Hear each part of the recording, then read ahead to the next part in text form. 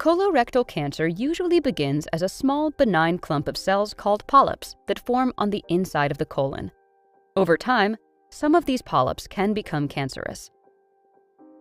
The biggest risk factor for developing polyps is being over 50 years old. Over 50% of people over 50 have precancerous polyps. The larger the polyp becomes, the bigger the risk of it developing into cancer. Polyps may be small and produce few, if any, symptoms at first. However, polyps gradually enlarge and may eventually penetrate the bowel wall. When they spread, it is usually to the liver, lungs, and brain. If symptoms develop, it may cause one or more of these three main symptoms. 1. A change in bowel habits that last for more than a few days. Diarrhea is most often seen and can either be a secretory process, the tumor is leaking fluid, or from partial obstruction and overflow around the tumor.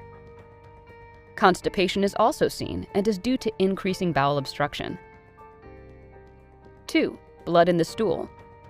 Blood in the stool can show up in a variety of ways, and what the blood looks like can give clues to what's going on in your body. An adult's digestive system, including the esophagus, stomach, and intestines, can be as long as 30 feet, and the blood in your stool can come from any part of it. A good description of the appearance and amount of blood can help your doctor identify the problem. If there is only blood on the tissue when you wipe, but not on your stool, this is more likely to be hemorrhoids. Hemorrhoids are swollen veins that can easily get damaged when you pass a stool, causing a little bleeding. This blood will be bright, which means that the blood is fresh and the bleeding is coming from lower in the colon. If polyps are located low in the rectum and start bleeding, you may see bright red blood similar to hemorrhoids. Slowly bleeding polyps at the beginning of the colon may result in dark red or black stools.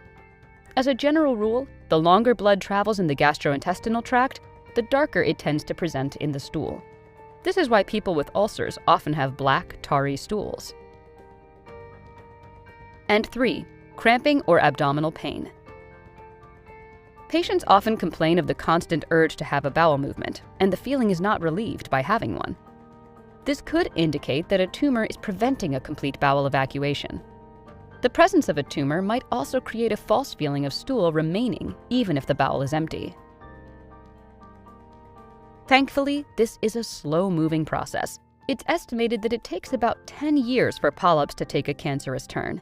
This gives us a chance to stay a step ahead of colorectal cancer and brings us to the importance of early detection to identify polyps before they turn into cancer.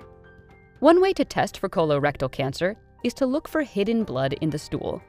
The idea behind this type of test is that blood vessels in larger colorectal polyps are often fragile and easily damaged by the passage of a stool.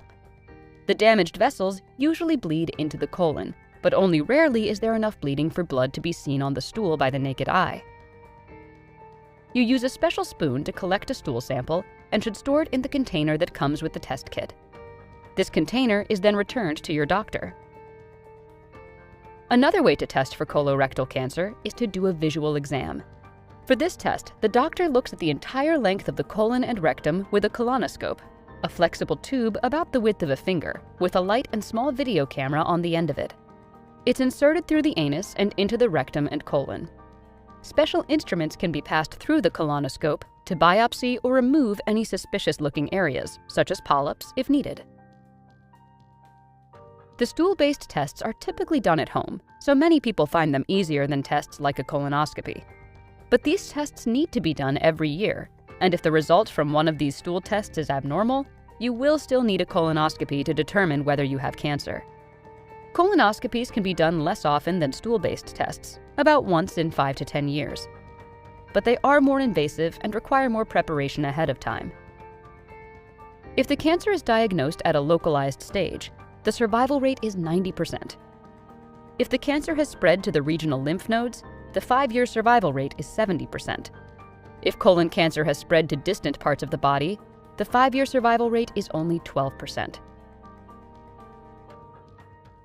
Thank you for watching this video.